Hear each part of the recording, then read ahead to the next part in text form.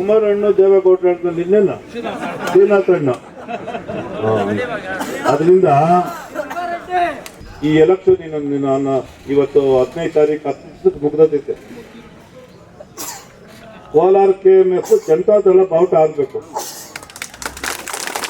ನಾವು 6 ವಿಧಾನಸಭಾ ಕ್ಷೇತ್ರದಲ್ಲಿ ನಾವೆಲ್ಲಿ ಕ್ಯಾಂಡಿಡೇಟ್ ಹಾಕಿಲ್ಲ ಬಿಜೆಪಿಯಿಂದ. ನಮ್ಮ ಶಕ್ತಿನ JDS ಕೊಡ್ತಾ ಇದ್ದೀವಿ. ನಮ್ಮ ಶಕ್ತಿನ JDS ಕೊಡ್ತಾ ಇದ್ದೀವಿ. ಹತ್ತು ಕಡೆ ಕೂಡ ನಮ್ಮ ನಾಗರಾಜಪ್ಪನಿಗೆ ಒಕ್ಕಲೇರಿ ನರಸಾಪುರದಲ್ಲಿ ಶಕ್ತಿ ಕೊಟ್ಟಿದ್ದೀವಿ. ಇಲ್ಲಿ ಕೂಡ ನಾವು ವೇಮಗಲ್ಲು ಸುತ್ತೂರಲ್ಲಿ ನಮ್ಮ ಶಕ್ತಿ ಕೊಡ್ತಾ ಇದ್ದೀವಿ. ನೀವೆಲ್ಲ ಕೂಡ ಅವರು JDS ನಾವು ಓಟ್ ಹಾಕ್ಕೊಡ್ದು ಅನ್ನೋ ಬರ್ಕೊಡ್ತು. ನಾಳೆ MLA ನಾನು ನಿಂತ್ಕೊಂಡ್ರೆ ಆ JDS ಓಟು ನನಗೆ ಬರ್ಬೇಕು ತಾನೆ. ಭೇದ ಭಾವ ಮಾಡಬಾರ್ದು.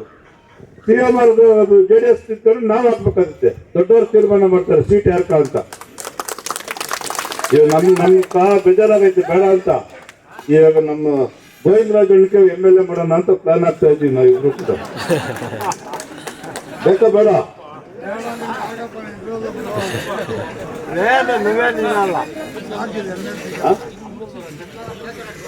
ಅಣ್ಣ ಕೇಸರಿ ರೆಡ್ಡಿ ಅಣ್ಣ ಅಮ್ಮನಲ್ಲೂ ಬಹಳ ಮುಂದಕ್ಕೆ ನಾವು